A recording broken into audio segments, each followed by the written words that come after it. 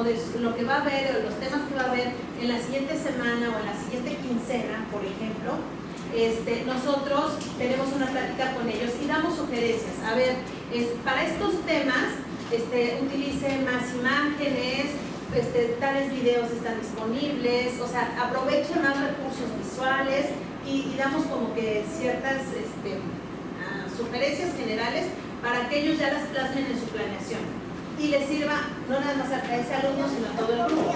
Entonces, esa es una.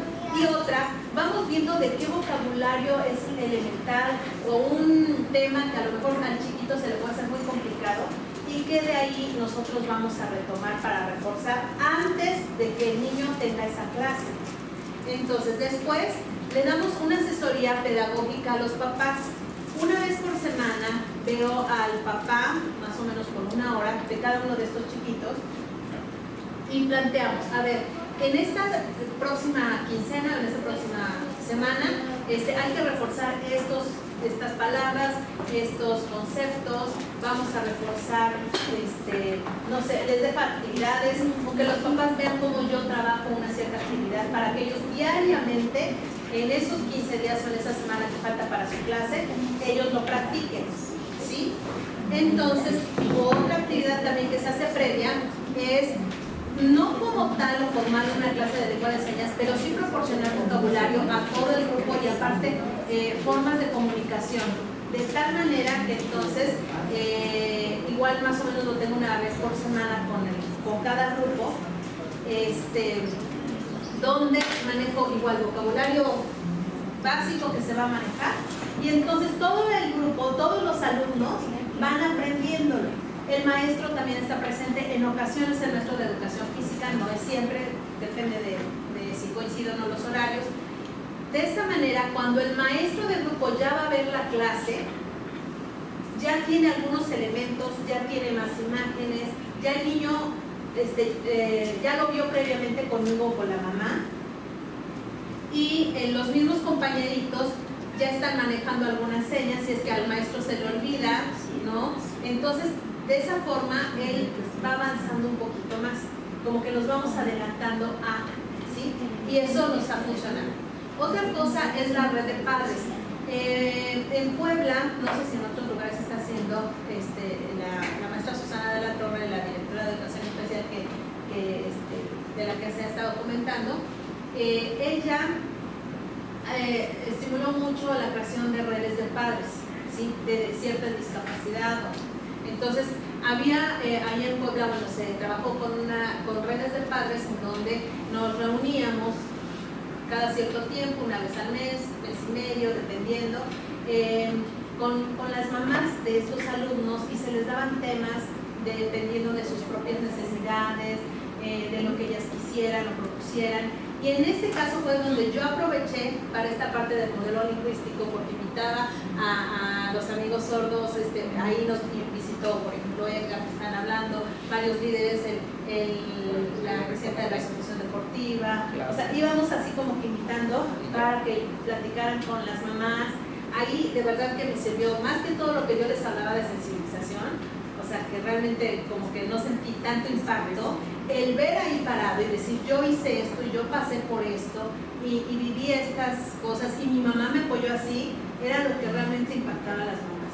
Entonces ahí es donde yo sentí que, bueno, pude jalar un poquito para que vieran esa parte como del modelo lingüístico y eso nos funcionó.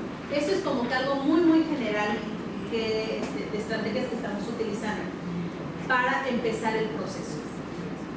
Voy a pensar, o sea, les decía, hay niños que nos han llegado a 3er año de primaria, en 5º, o que nos vienen con diferentes niveles, y es muy difícil. Y cuando dije, a ver, estrategias didácticas, pues es que no, es que así como que tengo que tomar de todo lo que he vivido y he visto, sé y todo, para armar más o menos qué voy a hacer con un niño. Entonces es muy difícil encontrar algo general, no hay una receta de cocina ni nada. Entonces, aquí les voy a plantear como lo que más o menos se podría hacer o vamos haciendo cuando nos llega un niño a 1er año y que va a iniciar la escolarización con nosotros y que a lo mejor llega sin lengua de señas, que tampoco sabe escribir y que tampoco respuesta oralizado. O sea, que nos llega así a la escuela y dicen, ¿y ahora para dónde? ¿Y qué hacemos o por dónde empezamos? ¿Okay? Más o menos es así como que el proceso de lo que podemos ir haciendo. ¿Sí? ¿Me ayudas, por favor? Bueno, más que nada nos vamos, como ya lo han hablado, método global. O sea, en este caso, el método global. ¿Qué es lo que sucede? Hay otros métodos que se han trabajado donde se inicia con, antes nos enseñaban que todo el alfabeto y la M, la A, la tal, no se puede conocer. Tampoco de sílabas, no empezar, mame, ni no. Ahorita están los métodos globales, que significa, o sea, voy a ver palabra completa y voy a aprender la palabra completa, ¿sí? Entonces, como que para trabajar con los chicos sordos es un método global. Hay muchos, han salido muchas propuestas que nosotros conocemos en escuela como método troncoso, efectivamente, o que hay el método Harris, o bueno, hay otros así como que de diferentes, pero bueno, es como que método global, pero ahorita vamos a ver un poquito más. Si me ayudas, por favor. ¿Qué pasa con estos métodos? De entrada, se empieza con la lectura, no vamos a empezar con escritura. Se empieza con la lectura y pudiera darse o no a la par la lectura, pero eso va a depender de muchas cosas, ¿ok? Y se inicia con el mismo proceso que con los niños oyentes. Vamos a iniciar igual, o sea, las etapas por las que se va a ir pasando con este método es igual que con niños oyentes. Va a haber un momento en el que se va a dividir, pero las primeras etapas es igual, las actividades son iguales, ¿ok? Entonces a los niños ahora ya no se les enseña M con No. y a los oyentes. No sé, o sea, eso es lo que ya se está quitando y se está yendo al método global. O sea, se ve la palabra completa y se entiende, o sea, más que nada el significado. Esta palabra, ¿qué significa? Y nos vamos con los portadores de texto. ¿Qué es un portador de texto así en pocas palabras? En esta serie de símbolos, así como decía el compañero, estos símbolos dice algo, representa algo, hay un concepto, ahí hay un texto, algo me quieren decir, ¿sí? Cuando el niño está haciendo esto, o sea, cuando está haciendo esa conexión de que en unos garabatos que vi me están queriendo decir algo o tiene un significado para mí, ahí es el primer punto del proceso, ¿sí? Porque entonces se está iniciando con el proceso de la lectura como tal. Si me ayudas, por favor. Este ejemplo, si le das varias veces, vamos a ver. Podemos poner estas imágenes al niño y le vamos a poner esto de aquí, ¿sí? Un niño, cuando ya se encuentra como listo para iniciar el proceso de la lectura, va a relacionar esto que me quiere decir, ¿sí? Ahí no está poniendo una hamburguesa como tal, pero ya me puede relacionar a qué se está refiriendo ese símbolo, ¿sí? Entonces eso es un portador de texto. ¿Por qué? Porque ahí él no va a decir exactamente, dice McDonald's, a lo mejor dice, hay una hamburguesa o yo quiero eso, o no sé, pero ya le está dando un significado a una serie de símbolos o de letras. Ahora, ya por el proceso formal, o sea, una vez que yo ya vi que el niño está en ese momento y que ya me identifica portadores de texto, ok, ya iniciamos con el proceso formal. ¿Cuál es? Primero el reconocimiento del nombre. O sea, lo primero es reconocer el nombre propio, ¿sí? En todos lados, nombre propio. Eso es algo muy importante que se trabaja con todos los niños. Y después se les llama alfabetizar ambientes. ¿Qué significa? Todo lo que está a mi alrededor tiene un nombre, ¿sí? Ya sea una seña, ya sea o su palabra escrita, pero todas las cosas tienen un nombre. Entonces empezamos bueno, los niños lo pueden vivir en las escuelas regulares, o sea, todos los niños oyentes. ¿Qué pasa? Esta es puerta, esta es mesa, o sea, todo lo que está a tu alrededor tiene un nombre y se recomienda muchas veces a los papás de preescolar, ponle nombres, etiquetas, ¿no? Porque para que los niños se vayan acostumbrando a ver que esos garabatitos no son iguales los de la mesa, los de la silla, ¿no? Y que en todos lados, cuando yo ya vea esos, ese significa mesa, ya tengo el concepto. y lo voy relacionando. Entonces es algo que se trabaja con los niños de todas las todos los que van iniciando con método global, ¿sí? Lo importante aquí es que ellos entiendan que cada cosa tiene un nombre, ¿sí? Y después también en las escuelas, mínimo ahí donde estoy trabajando, las maestras de primero trabajan mucho el uso de calendario. Ahorita vamos a ver por qué es importante esa parte. El uso de calendario es básico, tanto para español como para matemáticas. Si me haces favor. El calendario, ¿cómo lo trabajamos nosotros? Se pone un calendario así nada más y después, si me haces favor, se pone, este es el día de hoy, ¿sí? Y se pone una flechita, hoy. Ahora, ¿qué pasó hoy? Algo importante que haya sucedido hoy. A lo mejor el día de hoy yo comí una malteada, o a lo mejor en el salón pasó esto, se hace un pequeño dibujo, ni siquiera es necesario escribir la palabra, sino algo que represente que es el día de hoy, ¿sí? Y entonces esto, ponemos una flechita para acá, una flechita para allá. Eso ya es lo que pasó y esto es lo que viene, pero el niño no lo va a manejar así, simplemente le ponemos las flechitas, ponemos este dibujo, ¿sí? Cuando va el día siguiente, ¿qué es lo que hacemos nosotros?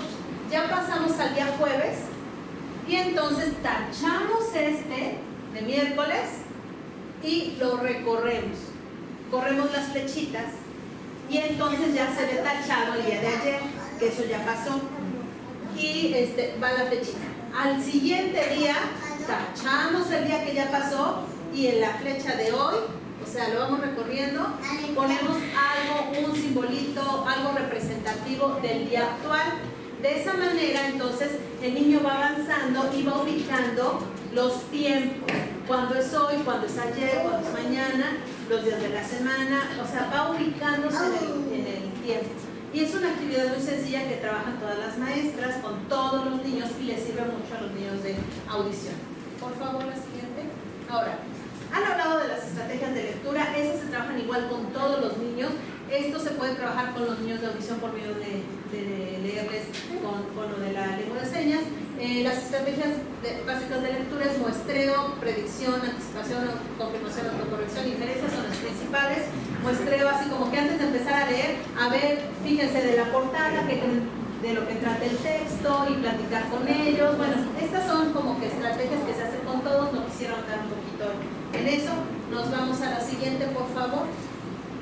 Bueno, hasta ahí se puede seguir el mismo proceso con todos, ¿ok? Pero llega un punto en el que ya no se puede seguir con ese proceso. ¿Por qué? En el método global de análisis estructural lo que se hace es que se parte de la palabra y ya que tengo la palabra y la memorizaron, la corto en sílabas. Y entonces ayuda que el palmeo, que ayuda la vocalización y todo esto. Y después de eso se va a el fonema. Eso nuestros niños no lo van a poder hacer, no van a poder dividir así como que en sílabas o en fonema. Entonces ya no podemos seguir con eso. ¿Qué es lo que tenemos que hacer? Muchas actividades que se estimulen la memoria visual, porque vamos a seguirnos enfocando en lo visual. ¿Ok? Entonces sí se pueden hacer como juegos, como diferentes actividades para que ellos vayan haciendo ese proceso, pero sin necesidad de la parte auditiva, sino únicamente visual. Por favor, ¿sí me ayudas, por favor? Ahora, las palabras de vocabulario, ¿cómo se las podemos presentar? Por ejemplo, les decía yo lo de alfabetizar los ambientes. No vamos a aprender ciertas palabras, principalmente en este caso. Se les van presentando, es muy importante con letra de molde, sin mayúsculas, siempre mostrando la imagen y la seña. O sea, sí, primero alfabetizamos el ambiente, pero después si ya le voy a mostrar escrito, le muestro la imagen y le hago la seña. Eso es lo que vamos trabajando en la escuela, siempre con la seña de cada imagen, para que ellos vayan relacionando. Y ¿qué palabras son las que vamos a ir agregando? Lo que ellos van a ir viendo en el salón. Es muy importante que se relacionen con los temas que van a ver en el salón. Por eso les decía que previamente me pongo de acuerdo con las maestras del grupo para ver qué son los temas o qué van a estar abordando todos los niños en el salón, y de lo que van a estar hablando y lo que van a estar viendo en los libros y que van a estar viendo en el pizarrón, pues esas palabras son las que vamos a retomar para irlas enseñando a todos, ¿sí? Y también palabras que a lo mejor son de necesidades de los papás o de los propios niños de acuerdo a su contexto. Vamos a trabajar con diferentes actividades, juegos, para que entonces ellos vayan a memorizar la palabra, o lo que les decía, vayan mejorando esa memoria visual. Cómo relacionar columnas, encontrar la palabra de acuerdo a una señal que se le hace, colocar la letra que falta, organizar las letras. O sea, vamos a ir viendo ejemplos. ¿Sí me haces favor? Bueno, vamos a ver que supuestamente, bueno, el ejemplo, que en el salón van a estar viendo los animales de la granja, ¿no? Y entonces estamos enseñándole a los niños animales de la granja, ya platicamos sobre eso, y ya les enseñé esta, es la vaca, y se lo mostré aquí, y lo trabajamos con papá, con mamá, que lo reforzaran en casa y demás. Ahora, puedo jugar a que vayan relacionando columnas para ver si ya lo están reconociendo. Si me haces favor en la siguiente. Otra es que ordenen las letras para formar la palabra. Otra, si me haces favor, que ponga la palabra que está faltando. Ahora, como yo les decía, es importante que ellos empiecen con la parte de la lectura. Si es que son niños que ya van en la parte de la escritura, se puede ir fomentando que ellos hagan el trazo, que ellos pongan la letra aquí de la que falta. Pero si no, aunque la recorten, la peguen, pero lo importante es que ellos ya entiendan qué dice ahí, que ellos, o sea, ya tengan un poco más la noción que una serie de letras me está diciendo algo, o algo tiene tengan ese concepto, ¿ok? La siguiente. Ahora, ahí en la escuela lo que hemos visto que nos ha ido funcionando es primero enseñar sustantivos. O sea, como les decía, cada cosa tiene un nombre, cada cosa tiene, así como yo tengo un nombre, mi mamá y demás, las cosas que me rodean tienen nombres, son sustantivos. Después vamos agregando artículo, después adjetivos y después verbos. Ahorita igual vamos viendo por qué lo hacemos así. El niño tiene que ir entendiendo y le tenemos que ir haciendo ese acercamiento al español escrito, pero tiene un significado y un porqué, un para qué. Ahora, si me ayudas, por favor. Vamos poniendo muchas actividades. Recuerden, todas estas palabras tienen que ver con lo que están viendo en el salón o lo que está pasando en casa o cosas que necesitan en casa. ¿Sí? Entonces, es diferente si le trabajamos aquí número, el plátano, los plátanos, o niño, niña, y ellos tienen que entender que es diferente cuando hablamos de mujer a cuando hablamos de hombre, cómo se maneja el artículo. ¿Okay? Que esta partecita de aquí nos va a dar una información de la siguiente palabra, ¿sí? No es lo mismo que yo diga el niño a que yo diga la niña, y el simple hecho de que cambiemos esto nos va a cambiar la intención de lo básico. ¿Okay? Bueno, ya que tenemos entonces esta parte, nos vamos con el adjetivo. Podemos nosotros enseñarles diferentes adjetivos mayores, que son muy comunes, que son muy utilizados. Podemos enseñarle grueso, delgado, alto, bajo, lo que es más común, más práctico y que ellos pueden utilizar cotidianamente, y de ahí vamos viendo, vamos como que van aumentando sus oraciones, sus pequeñas lecturas. Lo importante es que entiendan qué quiere decir. Por ejemplo, si yo le pusiera esto a los niños, ellos ya me tienen que decir o relacionar a cuál de estas se está refiriendo, ¿sí? Simplemente con ver esto. Empezamos nada más con el sustantivo, nos estamos yendo al artículo, que no es lo mismo tener que tener y después el adjetivo, ¿ok? Y nos está dando otra información y no es lo mismo esto que esto, ¿sí? Ahí va cambiando y entonces le van agarrando sentido a lo que van escribiendo. La siguiente, por favor. Y el trabajo con verbos es fundamental, es así como que yo me he dado cuenta que es tanto para español, para matemáticas, el trabajo con verbos es lo más fuerte de lo que se tiene que hacer, ¿sí? En este caso nosotros lo trabajamos, si el verbo en infinitivo, le enseñamos la seña, la imagen, así, o obviamente se puede hacer, los verbos que se pueden hacer, los hacemos, ¿no? Correr, o brincar, o jugar, con diferentes actividades, pero se los escribimos, o sea, yo estoy enfocándome a actividades específicamente de escritura, ¿sí? Porque a lo mejor hay muchas otras que hacemos en la escuela, pero para fomento de escritura son estas más o menos, y lo que hacemos es sí enseñarles la conjugación en esos 3 tiempos con las flechas. Para eso se tenía que haber trabajado previamente el calendario, ¿sí? Cuando yo pongo la conjugación, entonces le pongo comer, pongo la flechita para acá, comí, la flechita para allá, comeré, y aquí es como, ¿ok?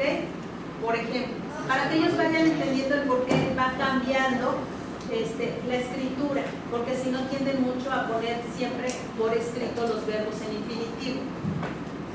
Se van enseñando de acuerdo a las necesidades, por ejemplo, las más usadas en los libros de texto. Vamos aumentando vocabulario escrito, dependiendo de lo que se vaya a trabajar durante esa semana, durante esa quincena. Y en este caso nosotros sí trabajamos en marcar los verbos con rojos. Sí lo estamos trabajando utilizando líneas rojas. Viene de la clave literal, únicamente trabajamos esa parte porque vemos que es muy visual para los niños y que aprenden a identificar el verbo, y esto les trae información de qué es lo que tienen que hacer, o esa persona, ese sustantivo, qué es lo que va a hacer, y eso nos da muchísima información de cualquier texto. ¿Ok? Por favor. Aquí simplemente es un ejemplo. Están las imágenes, está comer, están las flechas con la conjugación, y estamos subrayando aquí lo que no cambia, ¿sí? Para que entonces después ellos se den cuenta que hay un patrón. O sea, ellos tienen que aprender que hay un patrón que se sigue, que hay una parte de la palabra que no va a cambiar. Por ejemplo, el comer, el ar, el ir del final, eso es lo que se quita, y esto es lo que se tiene que ir cambiando. O sea, esos son apoyos visuales que se le pueden dar al niño para que aprenda esa parte del español escrito. Y también trabajamos mucho actividades que vienen en los libros y de la vida cotidiana, donde se dan órdenes, y eso también tiene que ver con el verbo, ¿no? ¿Qué pasa? ¿Qué hacen en la escuela mucho? Traza un cuadrado de 2 centímetros, que marca con azul el perímetro, ilumina de color verde el área y demás. ¿Qué pasa aquí? Bueno, a lo mejor ya en el salón trabajé previamente con la maestra cómo enseñar el perímetro y el área, pero le trabajo con el papá también qué significa iluminar, qué significa marcar, qué significa trazar, y el niño va aumentando esos verbos en su vocabulario escrito, que son verbos que se utilizan continuamente en los libros y en las indicaciones de la maestra. ¿Por qué estamos haciendo esto? Porque el niño tiene que ser más autosuficiente en el salón de clases. Tiene que estar entendiendo y no nada más imitando lo que ve que hacen los demás, sino que él, cuando vea algo escrito, vaya entendiendo qué es lo que le están pidiendo, qué es lo que debe hacer. ¿Ok? Aquí es un ejemplo que estamos haciendo con todos. Es una página del libro del primer año, y entonces aquí le enseñamos al niño a ver, marca con 2 rayitas rojas los verbos que hay. O nosotros se los marcamos en caso de que él no lo sepa. Ahí está: arma, compara, pon, ¿no? Y entonces son los verbos que vamos a aumentar el vocabulario durante esta semana, porque van a estar haciendo seguramente actividades de este tipo y van a estar continuamente repitiéndolas, ¿sí? Van a estar trabajando constantemente. Entonces son de los verbos que les voy a aumentar en su vocabulario, y así para que vaya teniendo un vocabulario escrito más, ¿sí? Y no, es muy importante ahorita también trabajar esa parte del aprendizaje situado, que es lo que nos están diciendo, incluso en los consejos técnicos más recientes por parte de la SEP, lo que es el aprendizaje situado. Que tratemos de ver que las tareas que se le dejen al niño, que las actividades se relacionen mucho con cosas de casa, con cosas prácticas, con lo que él esté haciendo. Entonces, nosotros podemos estimular a que en casa ocupe esos verbos y que él vaya entendiendo más el significado de pequeñas oraciones. Por ejemplo, esto, yo le puedo poner un recadito al niño, o mamá le puede poner un recadito al niño ahí en el refrigerador, donde diga, agarra el dinero que está en la mesa, porque ya entonces ya vimos esa palabra de mesa, ya vimos la palabra dinero, y entonces ya estamos trabajando en los verbos. Compra en la tienda un kilo de huevo, pon el huevo en el refrigerador. Entonces van ellos viéndole una utilidad a lo que ellos están aprendiendo de forma escrita, ¿sí? De esa manera, cuando nosotros vamos paulatinamente viendo este proceso, entonces un niño ya podría ir leyendo una oración de este tipo. A lo mejor lo estoy diciendo muy rápido, pero entonces le fui aumentando. Si se dan cuenta, ya estamos viendo ayer, que es el tiempo de lo que pasó y lo que viene. Estamos viendo el niño, rubio, comió el plátano. Al momento que ya nosotros trabajamos todo esto, él ya puede identificar a qué nos estamos refiriendo y puede elegir qué es lo que estamos, cuál imagen es la correspondiente a esta, ¿sí? Entonces ya se está aumentando esa parte de la lectura. ¿Qué es lo que pasa? Que obviamente si el niño tiene las habilidades, puede ir a la par, él tratando de hacer sus trazos, ir produciendo, pero nos enfocamos a esta parte de la lectura y en caso de que no pueda hacer los trazos correctamente y demás, bueno, ya se irá dando posteriormente. Lo importante y en lo que nos centramos primero en este modelo es en la lectura, ¿sí? Y bueno, como conclusión, pues no existe una sola forma de trabajar con los alumnos que presentan discapacidad auditiva. Obviamente va a depender del grado de pérdida, del apoyo y compromiso de los padres, la edad de la intervención, características del propio alumno, los apoyos de la docente. Pero en este caso, nada más presentamos como que cosas muy elementales o planteamientos generales que nos han funcionado para iniciar nada más con ese proceso del aprendizaje del español escrito. Estas nada más son así como ejemplos para iniciar. Obviamente ya que están los niños en el salón y que va siendo su nivel más alto, vamos haciendo otras actividades y tenemos que ir viendo qué otras sugerencias se le van dando a los maestros dentro del grupo. Hemos tenido hasta 16 alumnos en un ciclo escolar en la escuela y pues sí es un trabajo bastante pesado porque se tienen que hacer estos ajustes con todos los grados, con todos los niños, entonces sí son especiales. Pero bueno, eso es todo. No sé si alguien tenga alguna duda. Sí.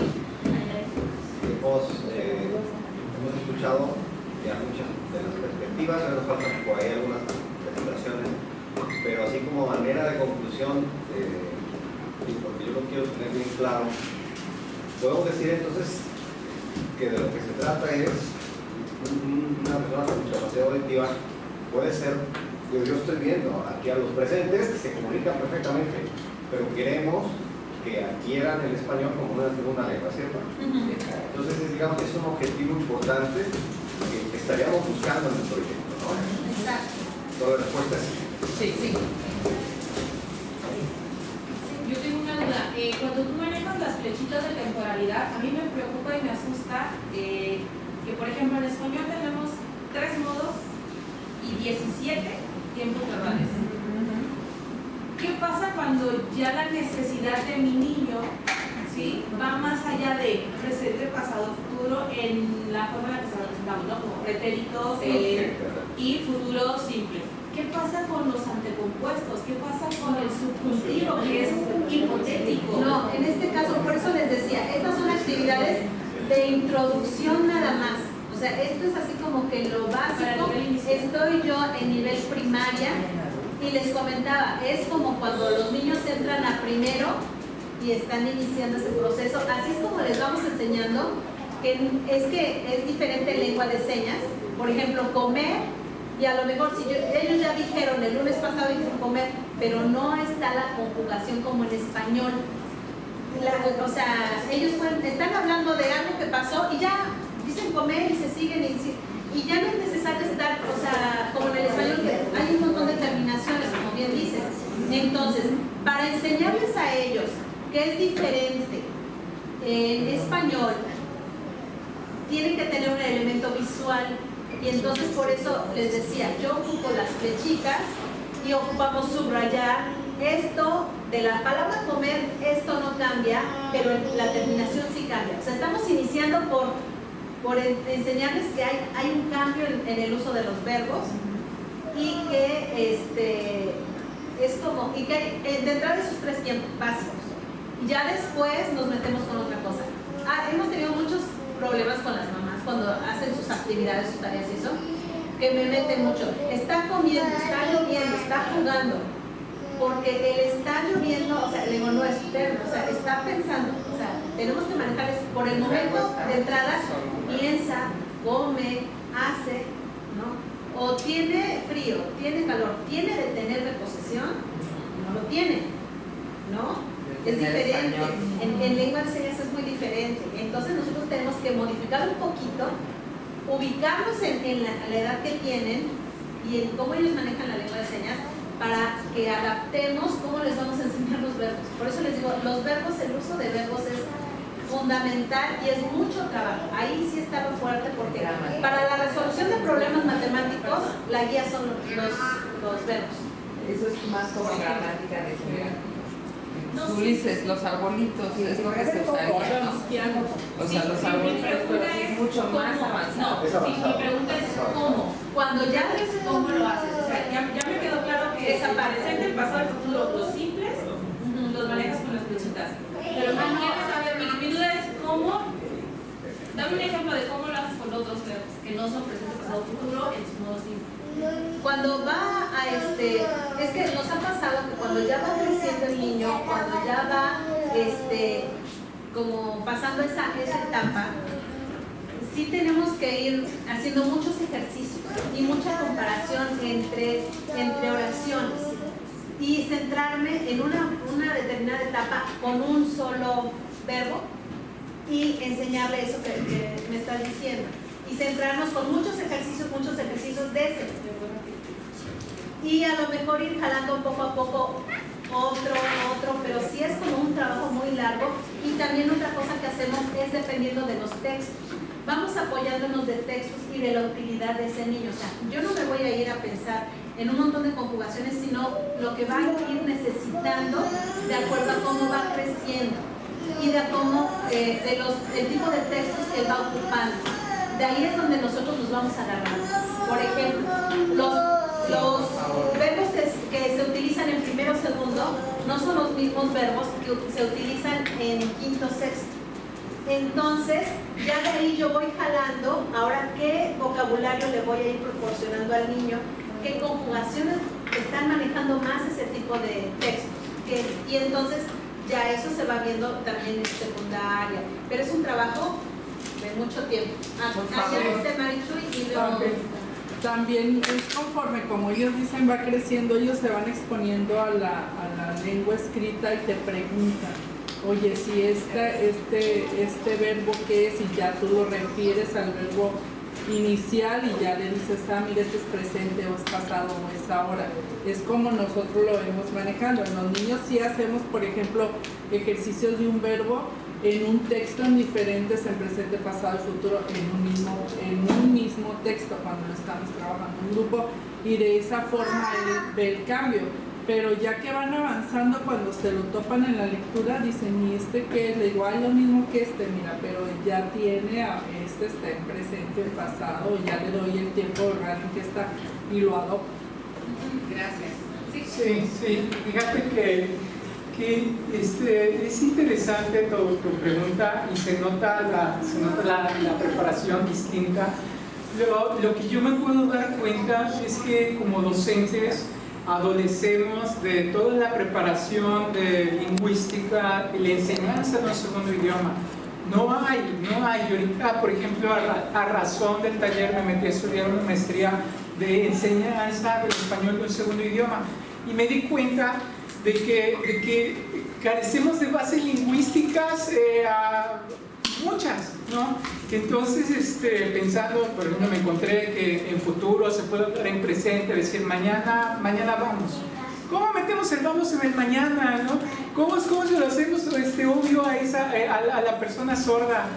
Es un proceso que es complicado, entiendo tu pregunta.